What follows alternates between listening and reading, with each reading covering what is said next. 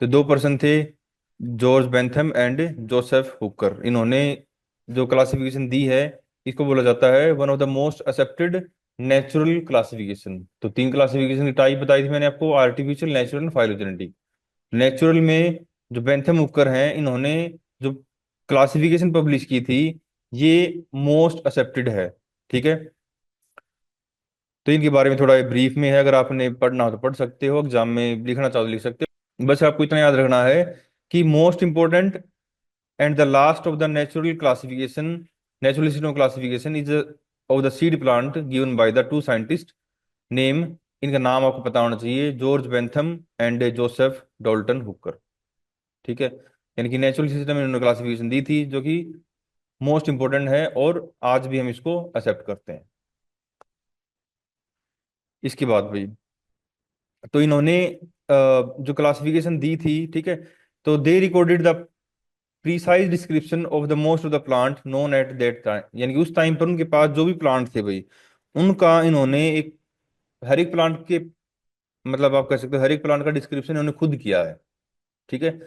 इसके बाद there monumental work which took about quarter of the century for the completion. यानी कि quarter of the century मतलब लगभग 25 साल लगे इनको इस काम को पूरा करने के लिए। अब मान लो मैं आपको कह दूं कि अ, भाई आपके कैथल में जितने प्लांट है ना, इनका आपने हर एक प्लांट का पूरा डिटेल लिखना है, उसका डायग्राम बनाना है हर एक का, मतलब मोर्फोलॉजी, एनाटॉमी, उसकी फिजियोलॉजी, ठीक है, इकोलॉजी, सब कुछ आपने उसका मेंशन करना है। तो मान लो कुछ प्लांट ऐसे हैं जिनके ऊपर अभी फूल नहीं है, तो आपने क्या करना पड़ेगा, आपने पूरा 1 साल का वेट करना पड़ेगा जब तक उसके ऊपर फूल आएंगे। ठीक है। तो इस काम में क्या है, बहुत टाइम लगा इनका। And they come they describe there whole work in the three different volumes. तो जेनरा प्लेंट्रम की इनकी जो बुक थी, इसमें इन्होंने तीन अलग अलग वॉल्यूम पब्लिश की इस पूरे काम को। मैंने कहा था जर्नल में क्या करते हैं, हम काम को पब्लिश करते हैं। तीन अलग अलग वॉल्यूम लगी इस पूरे काम को इन्होंने पब्लिश करने के लिए। ठीक है। और ये पब्लिश हुए थे जुलाई 68 1868 से अप्रैल 1883 तक के बीच में भाई। तो यहाँ पर ये तीन वॉल्यूम में इन्होंने अपना काम है वो पूरा पब्लिश किया था। तो अगेन इसकी क्लासिफिकेशन को स्टिल हम यूज करते हैं। ठीक है। और इसके बेस पर हम अलग अलग हर्बेरियम वगैरह हैं पूरे वर्ल्ड में बने हुए हैं। मैंने बताया था आपको, जब मैंने हर्बेरियम टॉपिक पढ़ाया था, मैंने कहा था कि भाई अलग अलग जो बोटनिकल गार्डन है वहां पर आपको बड़े बड़े हर्बेरियम मिल जाएंगे, जहां पर पूरे कई मिलियंस ऑफ प्लांट का उन्होंने प्रिजर्व कर रखा है। तो वो जो हर्बेरियम बने हैं, वो उन्होंने भी इस क्लासिफिकेशन को एज ए बेस माना है। मतलब इन्होंने जो क्लासिफिकेशन की थी उसी को कंसिडर करके जो हर्बेरियम है वो बने हुए हैं। और इसी क्लासिफिकेशन को हम भी जो स्टूडेंट्स को पढ़ाते हैं, ताकि वो प्लांट को आइडेंटिफाई कर सकें बाहर और लैब के अंदर। ठीक है। एक तो इसका मेन बेनिफिट ये है कि इसमें क्या है कि प्लांट की जो करेक्टर है उन्होंने इन्होंने सारे बता रखे हैं। ठीक है। मान लो वो प्लांट चाहे यहाँ उगता हो चाहे कहीं भी उगता हो, करेक्टर तो एक जैसे रहने रहने उसके, अगर मान लो सेम स्पीसीज है तो इससे होगा क्या कि जो इन्फॉर्मेशन है भाई, मान लो मैंने आपको एक चीज बता दी कि भाई ये चीज ऐसे होती है। ठीक है। अगर आप उसी को फॉलो करोगे आगे टाइम तक, तो ओबियसली बात है, आप अपने जो आपके जो स्टूडेंट्स होंगे आगे कभी पढ़ाओगे आप कभी, तो उनको भी आप सेम बात बताओगे, मतलब चेंज नहीं हो उसमें कुछ भी। ठीक है। तो मतलब आपको जो इन्फॉर्मेशन रिटेन करने में इजी रहेगी और आपको बताने में भी इजी रहेगा, क्योंकि आपने पढ़ रखा हो। अगर मैं कहूँ कि भी मैंने जो बता दिया ना वो 2 साल बाद चेंज हो जाएगा, तो जब आप पढ़ाने लगो तो आपने नया पढ़ना पड़ेगा, सिंपल सी बात है। तो ये भी क्या है, इसका एक प्लस पॉइंट रहता है कि अगेन ये नेचुरल है और वेल एक्सेप्टेड है। इस कारण से हम इसको स्कूल में, कॉलेज में, या फिर जो भी रिसर्च इंस्टीट्यूट में इसको हम यूज करते हैं। ठीक है। यानी कि टाइम के साथ चेंज नहीं होती है। तो साइलेंट फीचर्स में ओबीसी बात है, इन्होंने जो सीड प्लांट है अभी इनको कंसीडर किया था। इससे नीचे वाले जो प्लांट थे लाइक टेरिडोफाइट हो जाएंगे, आपके ब्रायोफाइट्स हो जाएंगे, इन्होंने उन प्लांट को कंसीडर नहीं किया था। और सीड प्लांट को आप फिनेरोगैम्स बोल सकते हो। ठीक है। तो इन्होंने लगभग 97,205 स्पीसीज को डिस्क्राइब किया है। तो नंबर बहुत ज्यादा है, 97,205। ठीक है। Of the seed plant belonging to the 7,569 genera and 202 family, starting from the Ranunculaceae and up to Gramineae भाई। तो इन्होंने रेनुकुलेसी को एज ए प्रिमिटिव माना है और ग्रेमिनेसी को एज ए एडवांस्ड फैमिली माना है। यानी कि यहाँ पर 202 फैमिली हैं, आपके सिलेबस में 15 फैमिली हैं, 12 फैमिली इवन। ठीक है। और उनका भी बिल्कुल शॉर्ट में लिखा हुआ है डिस्क्रिप्शन। ऐसे ही इन्होंने जो 202 फैमिली की 97,205 स्पीसीज को इन्होंने डिस्क्राइब किया है, जिसके हमने चाइना रोज बताए थे मैंने आपको लास्ट लैब में। ठीक है। तो वैसे ही इन्होंने अलग अलग प्लांट को, अगर मान लो चाइना रोज एक हो गया, रोज दो हो गया, मैरीगोल्ड तीन हो गया, इस तरीके से इन्होंने 97,205 स्पीसीज को डिस्क्राइब किया है। और ये 97,205 स्पीसीज 202 फैमिली से बिलोंग करती हैं। समझ गए ना? एक फैमिली के बहुत सारे प्लांट हो सकते हैं। तो अगेन इन्होंने पूरे जो सीड प्लांट थे भी इनको तीन अलग अलग ग्रुप में बांटा था। तो मैंने बताया था कल, डाइकोट होते हैं, जिम्नोसम्स हैं, और मोनोकोट होते हैं। ठीक है। अगेन ये जो इन्फॉर्मेशन है ना, ये जो आप टेबल देखोगे, ये सारी इन्फॉर्मेशन जो टेबल आप देखोगे आगे, उसमें भी सेम चीजें लिखी होंगी।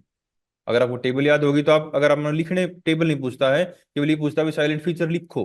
तो अगर आपके दिमाग में टेबल है तो आप उस टेबल की इन्फॉर्मेशन को यहाँ पर लाइन बना के लिख सकते हो। उसके बाद they include disputed order for among Ordines Anomali which could be not be place, यानी कि इन्होंने एक ऐसा ऑर्डर बनाया जहां पर कोई भी प्लांट फिट नहीं होता हो। ठीक है ना? मतलब इन्होंने अलग अलग फैमिली बना दी। ठीक है।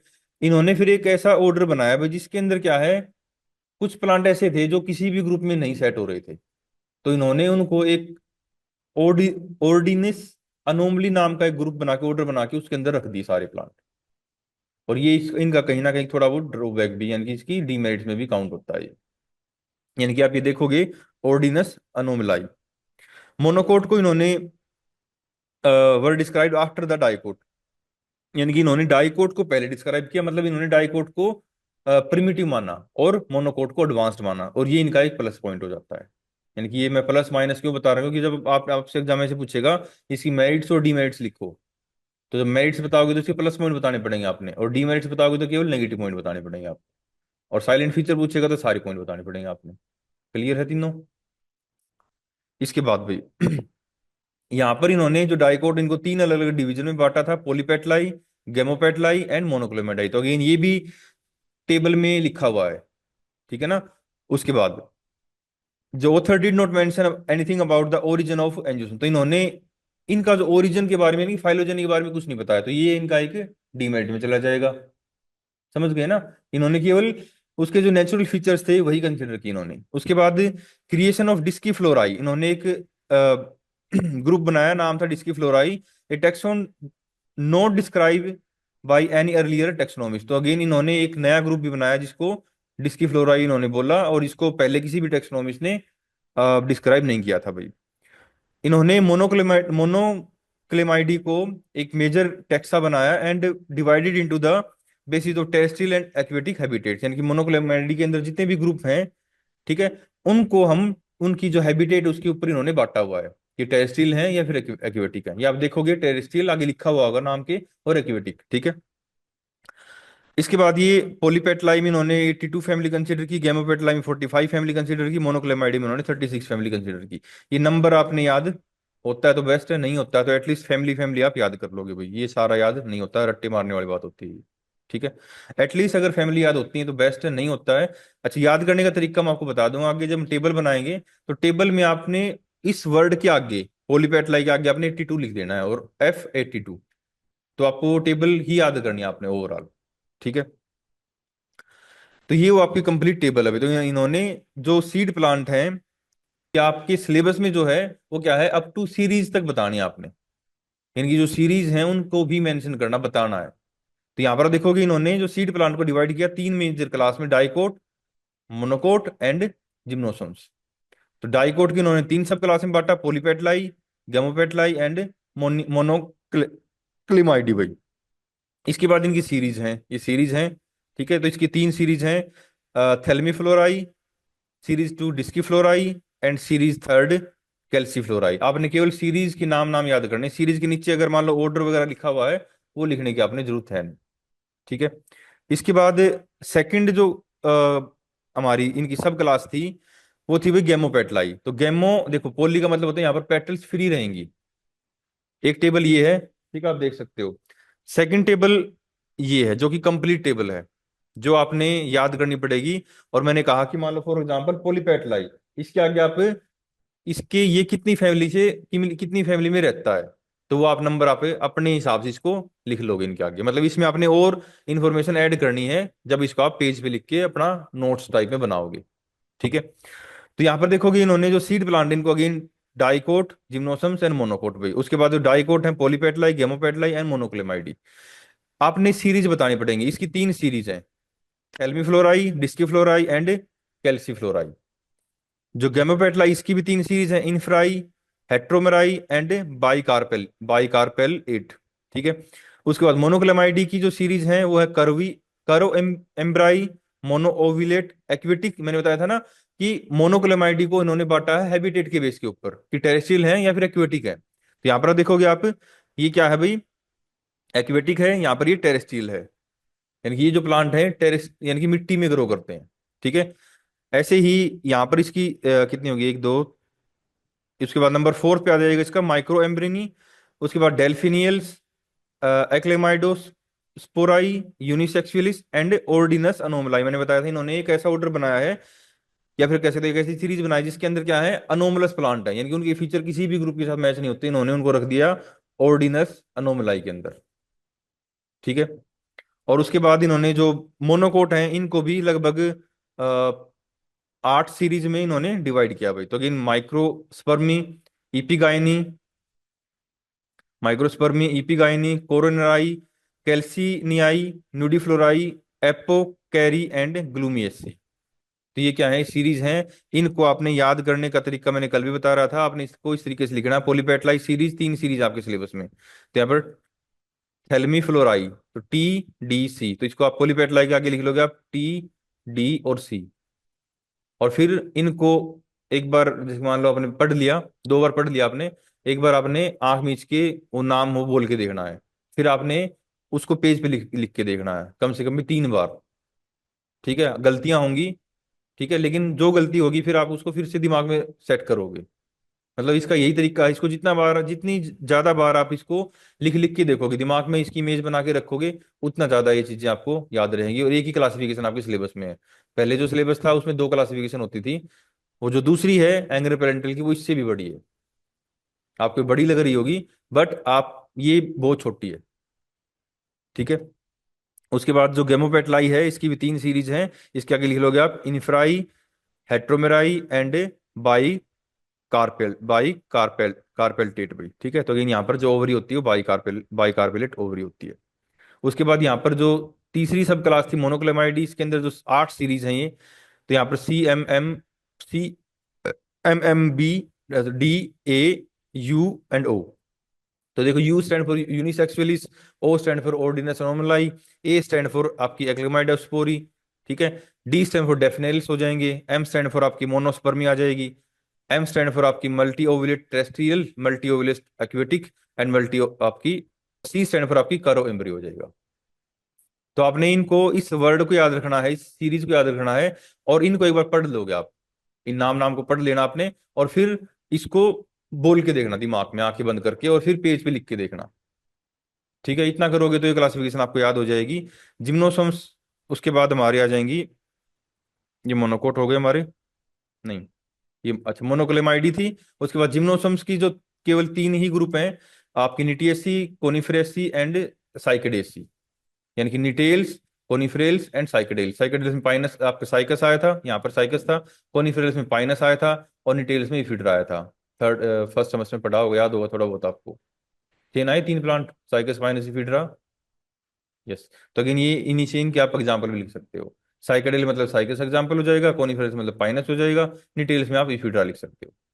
उसके बाद लास्ट जो क्लास इन्होंने बनाई उसका नाम था भाई मोनोकोटलेडेंस। तो मोनोकोटलेडेंस के अंदर भी इन्होंने 7 अलग अलग जो सीरीज हैं वो मेंशन की हैं। तो नंबर 1 पे आ जाएगा माइक्रोस्पर्मी, इपिगाइनी, कोरोनेरी, कैल्सिनियाई, न्यूडीफ्लोराई, एपोकार्पी एपोकार्पियसी एंड ग्लूमियसी। तो इस तरीके से आपने इनका जो सीरीज है, क्योंकि आपके सिलेबस में लिखा हुआ है अप टू सीरीज, तो आपने अगेन ये जो एम ई को का एन एन ए जी, ठीक है, तो आपने इनको इस तरीके से भी बना सकते हो जो जैसे आपको ठीक लगे। इसके बाद भाई आपसे देखो, या तो साइलेंट फीचर पूछेगा 4 नंबर में, या पूरी क्लासिफिकेशन पूछेगा टेबल फॉर्म में। यानी कि ऐसे पूछेगा, give a outline of Bentham Hooker system classification up to series level, या फिर ये वर्ड भी नहीं बोलेगा कि अप टू सीरीज लिखो, क्योंकि आपके सिलेबस में लिखा हुआ ऑलरेडी।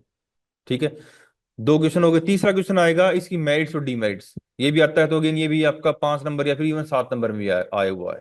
ठीक है, तो मेरिट्स में आप बताओगे इसकी क्या क्या प्लस पॉइंट थे भी। तो अगेन ये क्या थी भी, नेचुरल सिस्टम क्लासिफिकेशन थी। यहाँ पर इन्होंने जितने भी प्लांट लिए थे ना, उनको प्रिजर्व करके स्पेसिमेन फॉर्म में रखा हुआ है। पहला पॉइंट हो गया। भाई आपने ऐसे हवा में मतलब प्रिडिक्शन नहीं कर रखी। इन्होंने प्लांट को कलेक्ट किया है, उनको हर्बेरियम शीट पे बनाया है, और फिर डिस्क्रिप्शन लिखा है।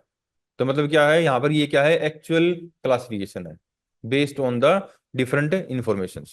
सेकंड आ जाएगा, this system is highly practical भाई, क्योंकि again useful for the students, क्योंकि यहाँ पर क्या जो इन्फॉर्मेशन है वो प्लांट के मोर्फोलॉजिकल, एनाटॉमिकल, फिजियोलॉजिकल, इकोलॉजिकल इन फीचर्स के बेस के ऊपर है।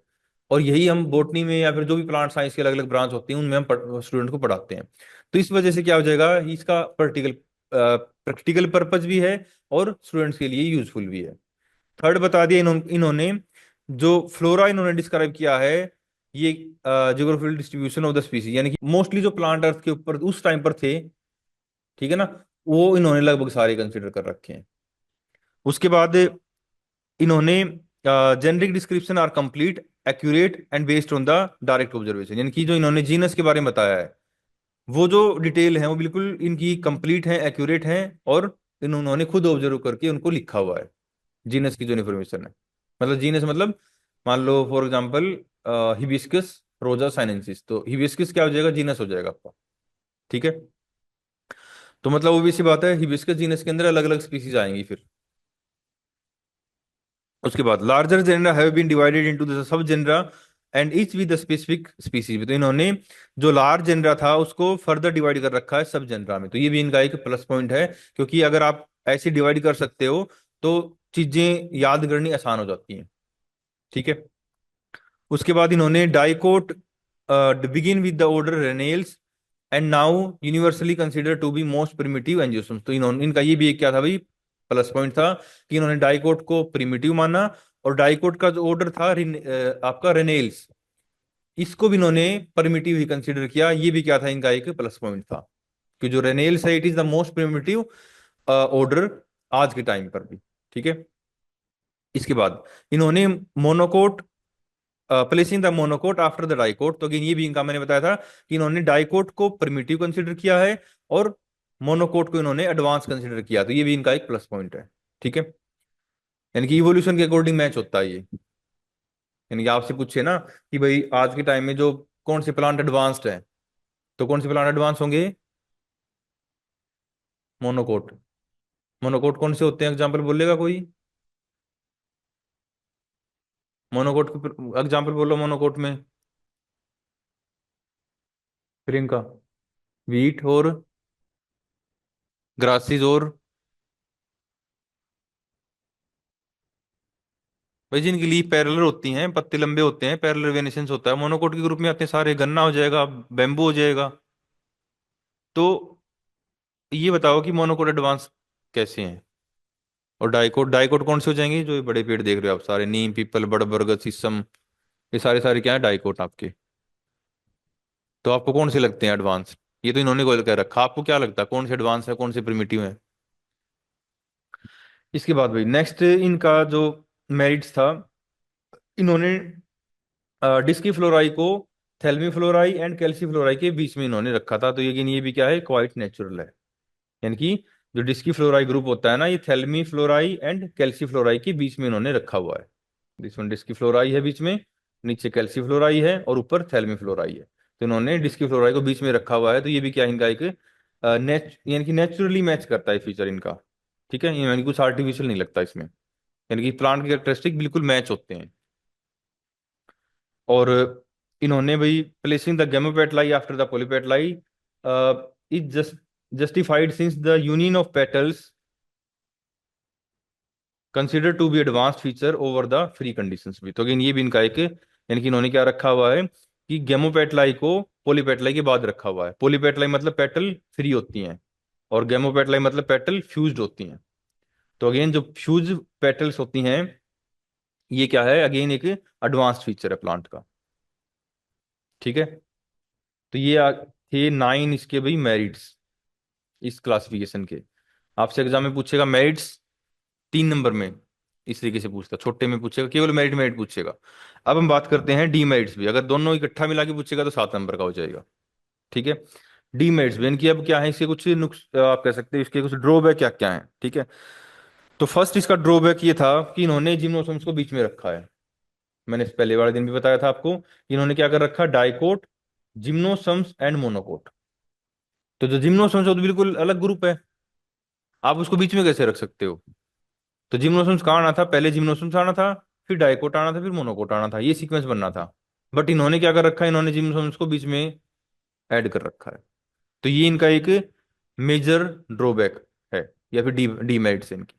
सेकंड बता दी इन्होंने, सब क्लास मोनोक्लेमाइडी जो ऐड की है, ये आर्टिफिशियल लगती है, यानी कि प्लांट के ज्यादा करेक्टर, कुछ एक करेक्टर के बेस पर उन्होंने एक अलग से जो सब क्लास बना दी है। ठीक है। तो ये भी क्या है, कुछ क्वाइट आर्टिफिशियल, मतलब थोड़ा बहुत इसमें नेचुरल फीचर्स भी हैं, बट इन्होंने कुछ फीचर को कंसीडर करके ही यहाँ पर एक अलग क्लास बना दी है, प्लांट के कुछ फीचर्स ही इन्होंने लिए हैं। उसके बाद placing Monochlamydeae after the Gamopetalae does not seem to be natural. तो अगेन इन्होंने जो मोनोक्लेमाइडी को गेमोपेटलस के बाद में रखा, ये भी एक नेचुरल नहीं लगता है, मतलब नेचुरल नहीं है, मतलब जो प्लांट के कैरेक्टर है उनके साथ मैच नहीं होता है। इन्होंने तो रख दिया, अभी क्लासिफिकेशन बना दी, टेबल बना दी, ठीक है, आउटलाइन बना दी, लेकिन ये जो फीचर्स था कि मोनो जो क्लेमाइडी हैं, इन्होंने गेमोपेटलाई के बाद में रखा है, गेमोपेटलाई है, ठीक है, और उसके बाद इन्होंने मोनोक्लोमाइडी को यहाँ पर बाद में रखा है, मतलब बाद में डिस्क्राइब किया है, इसकी जो पोजीशन है वो बाद में रखी है। ठीक है। ये भी क्या है, अगेन एक इनका अननेचुरल फीचर दिखाई देता है भाई। इसके बाद some close related species place distinctly while the distinct species place to each other. इन्होंने कुछ प्लांट को ऐसे कर रखा कि जो बिल्कुल नजदीक की है ना, मतलब एक ही फैमिली के होने चाहिए थे, इन्होंने उनको अलग अलग रख दिया, अलग अलग फैमिली में। और कुछ प्लांट ऐसे हैं जो अलग अलग फैमिली के होने चाहिए थे, उनको एक फैमिली में रख दिया, एक ग्रुप में रख दिया, कुछ एक को। देखो ऑब्वियसली बात है, जब उस टाइम पर 1885 की बात कर रहे हैं हम, उस टाइम पर जो इन्होंने किया ना, वो उनके हिसाब से ठीक था। लेकिन जो डीमेरिट्स हम अब पढ़ रहे हैं, ये अब के टाइम के अनुसार वो डीमेरिट्स होती हैं। समझ गए ना, मतलब डीमेरिट्स का मतलब क्या है भाई, आज इसमें क्या कमियां हैं, उस टाइम पर कोई कमी नहीं थी, वर्ल्ड वाइड पब्लिश हुई, सभी ने एक्सेप्ट किया, कोई ऑब्जेक्शन नहीं हुआ। लेकिन फिर धीरे धीरे साइंस ने डेवलप किया, टेक्निक आई, फाइलोजेनेटिक आ गया, हमारे पास मौजूद डाटा आ गया, उसके बेस पर हमने पता लगा भी ना, ये प्लांट तो है ना, इनका है ही नहीं, मेंबर है ही नहीं। ठीक है। तो अगेन जो कुछ प्लांट ऐसे हो गए कि भी वो, मतलब हो सकता है दिखने में भी अलग अलग हों, लेकिन उन्होंने इकट्ठे रख दिए हों। ठीक है। तो अगेन ये इनका एक आप कह सकते हो एक डीमेरिट्स है। तो again certain family of Monochlamydeae are closely related to the family Polypetalae, for example Chenopodiaceae and Caryophyllaceae भी। तो अगेन ये दोनों जो फैमिली थी, they are the more closely related to the Polypetalae, but इन्होंने इनको आई थिंक मोनोक्लेमाइडी में रखा हुआ है। इसके बाद एडवांस फैमिली है लाइक ऑर्किडियेसी, इन्होंने परमिटिव कंसिडर किया उसको, जो ऑर्किड्स होते हैं दे आर एडवांस्ड। ठीक है। बट इन्होंने उसको, बेंथम ओकर ने ऑर्किडेसी फैमिली को प्रिमिटिव कंसीडर किया, हालांकि इनका एक ड्रॉबैक था भाई, इन्होंने अगेन प्लांट के फीचर के बेस पे कंसीडर किया। आज के टाइम में हम ऑर्किडेसी को एडवांस इसलिए कह रहे हैं क्योंकि हमें इसकी जो बाकी डिटेल्स हैं वो अवेलेबल है, डाटा अवेलेबल है, यानी कि इसका इवोल्यूशन हिस्ट्री अवेलेबल है, और ये ऑर्किड्स प्लांट होते हैं, ये एडवांस्ड क्यों हैं, ये भी हमें पता है। मैं आपको बताऊंगा नहीं, क्योंकि मैंने आपको क्वेश्चन दिया है। ठीक है, वो आपने खुद इसको सर्च करना है। इसके बाद placing the Orchidaceae in the beginning of monocotyledons is unnatural भी। तो अगेन इन्होंने जो ऑर्किडियसी थी फैमिली, इसको मोनोकोटिलेडन्स के पहले रख दिया। ठीक है। यानी कि it is one of the most advanced family of the monocot, और इन्होंने यानी कि मोनोकोट के अंदर ही इन्होंने रखना चाहिए था, ना कि मोनोकोट के पहले। तो इन्होंने क्या किया, ऑर्किडियसी फैमिली थी अगेन, इन्होंने जिसको क्या मानना था, एडवांस मानना था भाई, तो इन्होंने एडवांस है तो obvious सी बात है मोनोकोट से पहले रखेंगे ये। क्या हो गया, इसके बाद, in the beginning of monocot and unnatural as it is the one of the most advanced family of the monocot. Obviously बात है, मोनोकोट की एक एडवांस्ड फैमिली है ये, तो रखना चाहिए था बाद में, इन्होंने रख दिया इसको पहले। टेबल में, टेबल की बात कर रहे हैं, ठीक है। यानी कि ये जो फीचर्स है ना, जब आप उस टेबल को देखोगे आपको याद हो जाएंगे ये, कि भी कौन सी चीज कहाँ पे रखी हुई है। उसके बाद जो एस्टेसी फैमिली थी, has been placed near the beginning of the Gamopetalae which is quite unnatural भी, तो कि इन्होंने एस्टेसी को भी बिगनी में रखा था, किसके, गैमोपेटलाई के, जो कि अगेन क्या है, अननेचुरल है। लिलियसी आपकी Amaryllidaceae family were kept apart based on the characteristic the ovary, though they are the very close related. यानी कि इन्होंने दो फैमिली थी, लिलियसी एंड आपकी एमरेलिडियसी फैमिली, तो इन्होंने इन दोनों फैमिली को दूर दूर रख दिया, लेकिन किसके बेस पर, केवल ओवरी के करेक्टर के बेस के ऊपर। लेकिन जो बाकी करेक्टर्स हैं वो मैच नहीं होते थे, मतलब बाकी करेक्टर के बेस पे ये दोनों फैमिली इकट्ठी रखनी चाहिए थी, नजदीक नजदीक रखनी चाहिए थी, लेकिन इन्होंने केवल, बेंथम हुकर ने केवल ओवरी के जो फीचर्स थे वही कंसिडर किए, तो इनका एक ड्रॉबैक हो जाएगा। भाई ये क्लासिफिकेशन क्या है, नेचुरल, जिसमें हम बहुत सारे फीचर कंसिडर करके क्लासिफिकेशन करते हैं, लेकिन अगर आप उस क्लासिफिकेशन में केवल एक या दो फीचर को ही कंसिडर करो, तो वो क्या हो जाएगी, वो आर्टिफिशियल हो जाएगी फिर। समझ गए ना।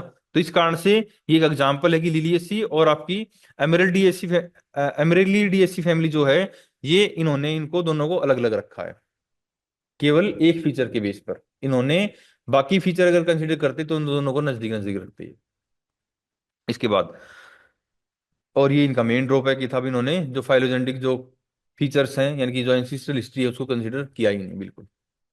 तो ये थी इसके डीमेरिट्स पे। आज इतना ही करेंगे या आगे भी करना है, बताओ।